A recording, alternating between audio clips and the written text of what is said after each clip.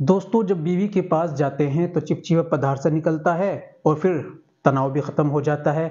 ये समस्या अगर आपको आ गई है, ये आपको टाइमिंग की प्रॉब्लम है, शुक्राणु की कमी है, जोश तनाव की प्रॉब्लम आ गई है, मर्दाना कमजोरी आपको आ गई है, आपको समस्या होती है, फिर कई के दिन आपको मुलाकात को मन नहीं करता। ये एक बार मिल लेते हैं किसी तरह से तो टाइमिंग तो बहुत ज्यादा कम रहती ही है, लेकिन फिर हफ्ते 10 दिन 15 दिन तक आपको जोश तनाव नहीं आता, मिलने को दिल नहीं करता।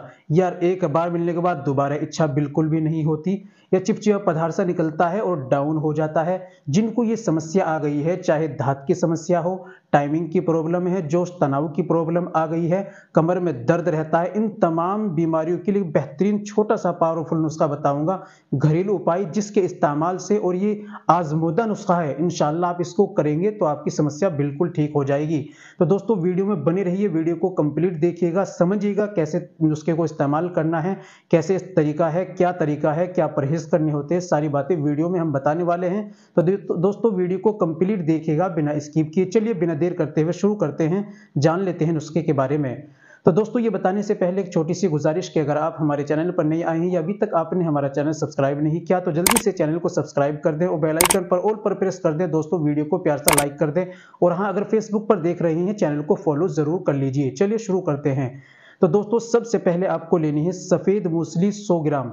दूसरी चीज आपको लेनी है सालम मिश्री, ये भी ले लीजिए आप 100 ग्राम। तीसरी चीज आपको लेनी है सालब पंजा, ये भी ले लीजिए आप 100 ग्राम। फिर आपको लेनी है रूमी मस्तगी, ये ले लीजिए आप 50 ग्राम। फिर आपको लेनी है रेग माही, ये लेनी है आपको 50 ग्राम। फिर आपको लेना है वंद भसम आपको लेना है 50 ग्राम। ये सारी चीजें पंसारी की यहां से लेकर आइए, कूट पीस कर बारीक पाउडर बना लीजिए। इस्तेमाल का तरीका आधा चम्मच सुबह में खाली पेट दूध से लेना है और आधा चम्मच रात में सोते समय आपको दूध से लेना है। तमाम तली भुनी चीजों का, गर्म चीजों का, अंडा, गोश्त, मांस, मछली, चाय वगैरह इन तमाम का परहेज कीजिए। जो नुकसान देने वाली चीजें उनका भी आप परहेज कीजिए। पेट आपका बिल्कुल फिट रहना चाहिए। इस नुस्खे को लाकर इस्तेमाल कीजिए, इंशाल्लाह इससे आपको बहुत बेहतरीन रिजल्ट मिलेगा और फायदा भी होगा।